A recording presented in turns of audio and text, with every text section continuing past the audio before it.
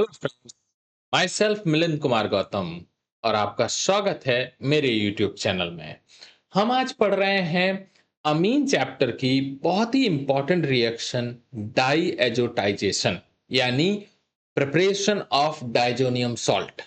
ये diazonium salt बहुत ही important होता है। एक बहुत ही इंपॉर्टेंट सिंथेसिस जो रिएक्शंस होती हैं, मतलब एक कंपाउंड से दूसरा कंपाउंड बनाना या फिर मल्टीपल प्रोडक्ट बनाना, उसके लिए ये बहुत ही इंपॉर्टेंट इनिशियल कंपाउंड है। मतलब इससे बेंजीन भी बनेगा, हेलोएरीन भी बनेंगे, फिनॉल भी बनेगा, उसके बाद नाइट्रोबेंजीन बनेगा, बेंजोनाइट्राइल बनेगा और कुछ डाइस भी बनती हैं जो काफ़ी इंपॉर्टेंट हैं इंडस्ट्रियली। दोस्तों, अगर इस जैसा मटेरियल आपको कहीं मिलता है तो मुझे कमेंट बॉक्स में ज़रूर लिखिए। और अगर आपको मटेरियल अच्छा लग रहा है, समझ आ रही है बात, तो वो भी लिखिए और सब्सक्राइब कीजिए चैनल को। तो इसी बात से हम शुरू करते हैं आज का वीडियो, डाई एजोनियम सॉल्ट। अब इसमें सबसे पहली बात, नोमेनक्लेचर देख लेते हैं क्या होता है। डाइजेनियम सॉल्ट का जो फॉर्मूला है वो ये है Rn2+X-। यहां पर जो R पार्ट है, ये R पार्ट, आप कंफ्यूज नहीं होना। यहां पर R पार्ट सिर्फ एल्काइल या एलिफेटिक नहीं, वो एरोमेटिक और एलिफेटिक दोनों हो सकते हैं। मैंने यहाँ पर जो नोमेनक्लेचर का तरीका लिखा है वो एनसीईआरटी के अकॉर्डिंग लिखा है, इसीलिए आप कंफ्यूज मत होइए कि जो आर पार्ट है वो एलिफेटिक ही होगा। वो एलिफेटिक और एरोमेटिक दोनों हो सकते हैं।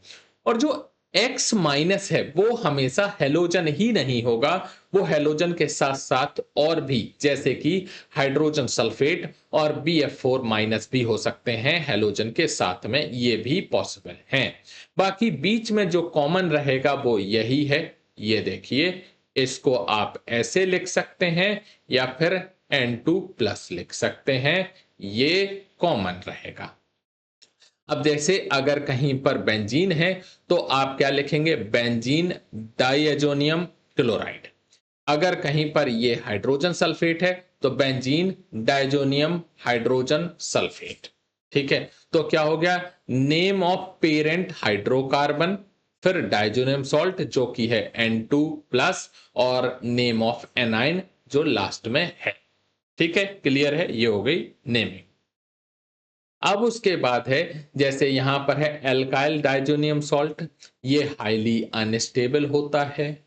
एराइल डाइजोनियम सॉल्ट यानी एरीन डाइजोनियम सॉल्ट या बेंजीन डाइजोनियम सॉल्ट, ये होता है स्टेबल एट लो टेम्परेचर, यानी 0 to 5 डिग्री सेंटीग्रेड या फिर 273 to 278 केल्विन। और ये स्टेबल क्यों होता है, क्योंकि इसमें रेजोनेंस होती है। ये एनसीईआरटी में क्वेश्चन भी है। तो एलिफेटिक जो है उसमें रेजोनेंस नहीं होती, इसीलिए वो स्टेबल नहीं है। एरोमेटिक में रेजोनेंस होती है, इसलिए वो स्टेबल है। थोड़ा सा रेजोनेंस देख लेते हैं, बाकी रेजोनेंस तो आता ही है, एक बार देख लेते हैं। यहां पर देखिए क्या हुआ है, ये जो ग्रुप है वो ध्यान रखिएगा -R या -M इफेक्ट की तरह काम करेगा, यानी नाइट्रोजन बेंजीन से इलेक्ट्रॉन वापस लेगा। तो यहां पर जब एरो आप देख रहे हैं तो इस नाइट्रोजन पर नेगेटिव चार्ज आ गया। ये एरो आप देख रहे हैं तो इस कार्बन पर क्या आ गया, पॉजिटिव चार्ज आ गया। फिर उसके बाद ये माइग्रेट कर रहा है, मैंने एरो पहले से ही लगाए हुए हैं, इसीलिए आपको समझने में बिल्कुल प्रॉब्लम नहीं होगी। फिर यहाँ पॉजिटिव चार्ज आया, इस तरीके से फिर फर्दर पाई बॉन्ड माइग्रेट किया, तो ये फिर से मिल गया हमें। तो इस तरीके से यहाँ पर रेजोनेंस होती है, इसीलिए एरोमेटिक डाइजोनियम सॉल्ट ज्यादा स्टेबल होता है। ठीक है, अब उसके बाद क्या है, यहाँ पर डाइजोनियम सॉल्ट बनाने की जो डेफिनेशन है, अब एनसीईआरटी का पेपर देना है, सीबीएसई का पेपर देना है, तो डेफिनेशन भी पता होना चाहिए। Diazotization is a reaction in which primary aromatic amine like aniline ARNH2 react with nitrous acid at low temperature 0 to 5 degree centigrade to form diazonium salt is known as diazotization। ठीक है, अब यहां पर देख लीजिए, हमने एनिलीन लिया, ये हमने दोनों का मिक्सचर ले लिया। अब क्या है कि ये क्या देता है हमें, NaCl और HNO2। ठीक है, तो आप नीचे ये जो लिखा है वो लिख दें या फिर जो ऊपर लिखा है वो लिख दें, मैकेनिज्म भी बताऊंगा, डोंट वरी। तो यहाँ पर ये बन गया डायज़ोनियम सॉल्ट। कैसे बना इसकी क्यूरियोसिटी ज़रूर होगी आप लोगों में, मैकेनिज़्म बना बताऊँगा, लास्ट तक वीडियो ज़रूर देखें। डायज़ोनियम सॉल्ट बन गया है। अब देखिए इसमें टेम्परेचर क्या होगा, वही 0 टू 5 डिग्री सेंटीग्रेड। अगर इससे ज़्यादा होगा तो डायज़ोनियम सॉल्ट डिकम्पोज़ हो जाएगा और फाइनल प्रोडक्ट फिनॉल बनेगा। या आपने फिनॉल के प्रिपरेशन मेथड में ये देखा भी होगा। प्राइमरी एरोमेटिक अमीन जैसे कि एनिलीन लिया, सोडियम नाइट्राइट NaNO2 लिया, हाइड्रोक्लोरिक एसिड HCl लिया और ये क्या बनाएगा, हमें HNO2 बना कर देगा। तो यानी आप ये ले लीजिए या फिर ये ले लीजिए। अब एप्लीकेशन क्या है? एप्लीकेशन इसीलिए इंक्लूड किया है ताकि आपको थोड़ा-सा मेमोराइज़ हो जाए और कन्वर्जन में आप यूज़ कर सकें। जैसे यहाँ पर preparation of diazonium salt important intermediate in organic synthesis, ये मैंने बोल ही दिया था कि ये एक इनिशियल कंपाउंड इंटरमीडिएट कहा जाता है जिससे बहुत सारे कंपाउंड मिलते हैं। सेंडमेयर रिएक्शन आपने ऑलरेडी पढ़ी है। इससे हमें क्या मिलेगा?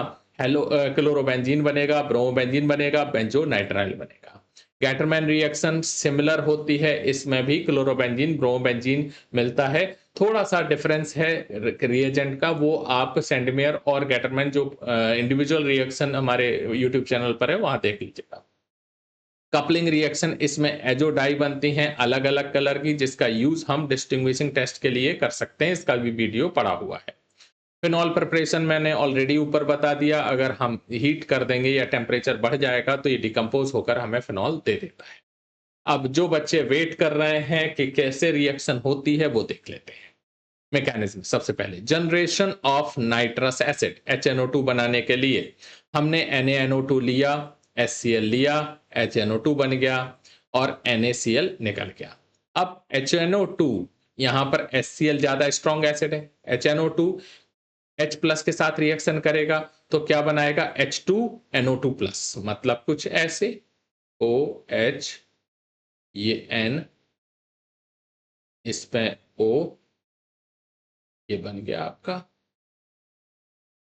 ये नीचे बनाया भी गया है, देखिए ये HNO2 है, ये H प्लस आया एसिड से यानी HCl से, इसके साथ प्रोटोनेशन, इसको क्या कहा जाएगा, प्रोटोनेशन, यानी H प्लस के साथ रिएक्शन, तो ये बन गया। ठीक है, अब प्रोटोनेशन के बाद ये क्या होता है, अनस्टेबल होता है, तो यहाँ पर H2O निकल जाएगा और ये बना पॉजिटिव स्पीसीज यानी इलेक्ट्रोफाइल, जो कि क्या होता है, नाइट्रोसोनियम आयन। तो यहाँ पर नाइट्रोसोनियम आयन जो है वो की इलेक्ट्रोफाइल होता है, यही एनिलीन पर अटैक करेगा। ठीक है, तो पहला क्वेश्चन यही हो सकता है कि डायज़ोटाइजेशन में इलेक्ट्रोफाइल बनता है या नहीं बनता, और बनता है तो कौन सा बनता है, वो बनता है NO प्लस नाइट्रोसोनियम आयन, ये नाइट्रोनियम आयन नहीं है, नाइट्रोसोनियम आयन। ठीक है, अब उसके बाद है, देखिए ये आया इलेक्ट्रोफाइल, ये एनिलीन।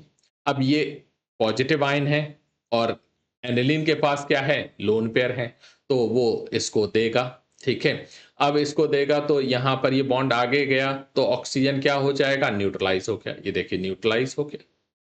लेकिन नाइट्रोजन पर क्या आ गया, पॉजिटिव चार्ज आ गया। अब क्या होगा, H2O आएगा, जो दो हाइड्रोजन है नाइट्रोजन के पास, उनमें से कोई एक ले लेगा। ठीक है, यहाँ पर हाइड्रोजन ये लेकर गया, नाइट्रोजन पे क्या हो गया, जो चार्ज पॉजिटिव था वो न्यूट्रलाइज हो गया है, तो देखिए न्यूट्रलाइज हो गया ये। अब उसके बाद क्या होगा कि जो हाइड्रोनियम आयन बना है, मतलब H2O का H प्लस के साथ रिएक्शन करके हाइड्रोनियम आयन बना है, वो H प्लस आयन किसको देगा, इस ऑक्सीजन को देगा। ठीक है, ऑक्सीजन को देने पर क्या हो गया, इस पर ऑक्सीजन पर पॉजिटिव चार्ज आ गया, मतलब वही प्रोटोनेशन ही हुआ है। ठीक है, अब इसमें क्या होगा, रेजोनेंस होगी।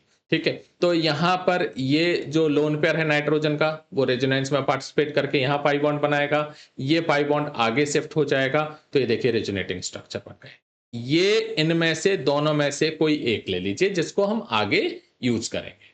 देखिए हमने ये ले लिया, ठीक है, नाइट्रोजन पर पॉजिटिव चार्ज है। अब जैसे हमने पहले नाइट्रोजन पर हाइड्रोजन हटाया था, वैसे हम फिर से वही हाइड्रोजन हटाएंगे, मतलब स्टेप्स को रिपीट करेंगे। तो ये देखिए H2 आ गया हमारे पास, ये H प्लस हटा, ठीक है, इसने क्या किया, यहाँ आया तो नाइट्रोजन को क्या कर दिया, न्यूट्रलाइज कर दिया, देखिए न्यूट्रलाइज कर दिया। अब वो हाइड्रोनियम आयन जो बना था वो यहाँ से H+ ले गया। ये क्या हो रहा है? रिपीट हो रहे हैं। पहले एक हाइड्रोजन हटा, वो किससे? ऑक्सीजन पर ट्रांसफर हुआ, फिर हाइड्रोनियम आयन बना, फिर वो ऑक्सीजन से हाइड्रोजन लेकर चला गया, फिर इस ऑक्सीजन पर क्या आ जाएगा? Positive charge. ये देखिए पॉजिटिव चार्ज आ गया है। अब उसके बाद क्या होगा? ये पॉजिटिव चार्ज आने के बाद यहाँ पर ये लोन पेयर यहाँ बीच में N ट्रिपल बॉन्ड बनाएगा और ये H2O पूरा ये निकल जाएगा।